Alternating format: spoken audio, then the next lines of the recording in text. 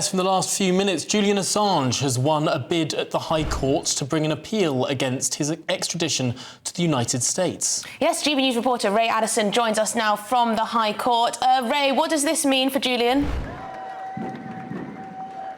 Well, a huge outbreak of cheering, celebration, drums, chanting here from his supporters. There's hundreds of supporters here outside the Royal Courts of Justice when Julian Assange, as he said, has won that bid at the High Court to launch an appeal against his extradition to the United States. Now, that's despite US assurances to the court that if Assange is tried for spying there, he would receive a fair trial and would not face the death penalty. Now, much of the argument that we heard in court today hinged on whether he would be able to use the First Amendment as part of his defense in court. That's the right to freedom of speech. Now, also the second main reason why it was rejected was there was claims by Assange's lawyers that he would be discriminated against because he is not a US citizen. Now, the US Attorney General,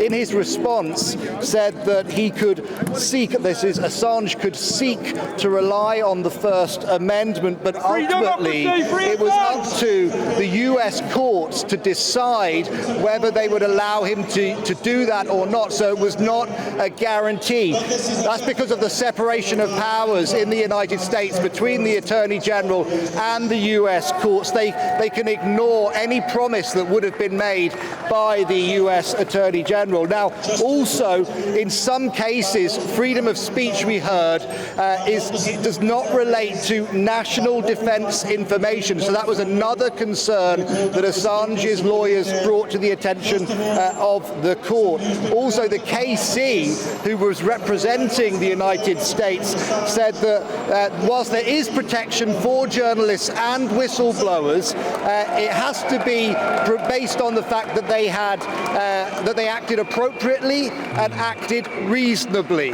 And so there was a huge question mark there over whether he would be able to use that defense. Now, the High Court judges ultimately said that these assurances provided by the United States were simply not sufficient, and they did grant an appeal for Julian Assange to appeal his extradition over those freedom of speech and nationality points. And as you can hear, a huge amount of celebration from his supporters after 13 years of Mr. Assange being variously on the run, being in house detention, seeking solace in the Ecuadorian embassy, and since 2019, of course, he's been locked up in Belmarsh prison as well. So Mr. Assange did not attend today's ruling. However, that was down to health grounds, we were told. However, he has got hundreds of supporters here, and you never know, he might be able to hear their cheers in Belmarsh. Well, Ray Addison, it's been the most extraordinary story. It's been a long time coming, this. This could have been the last moment that this went through a British court, but now it will not be. And mainly on this grounds that he would be at risk of the death penalty in the United States, despite their assurances. What happens next?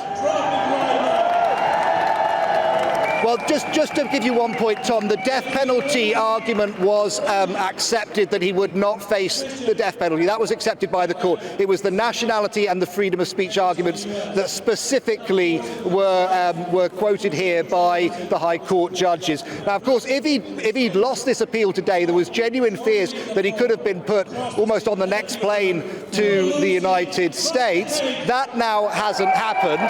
We know that there will be a further hearing now where Mr. Assange will be able to give a full appeal against this extradition. And of course, this ruling today will give hope to his legal team and hope to all of his supporters, certainly here in the UK and around the world, that the judges have severe concerns about whether he can get a fair trial.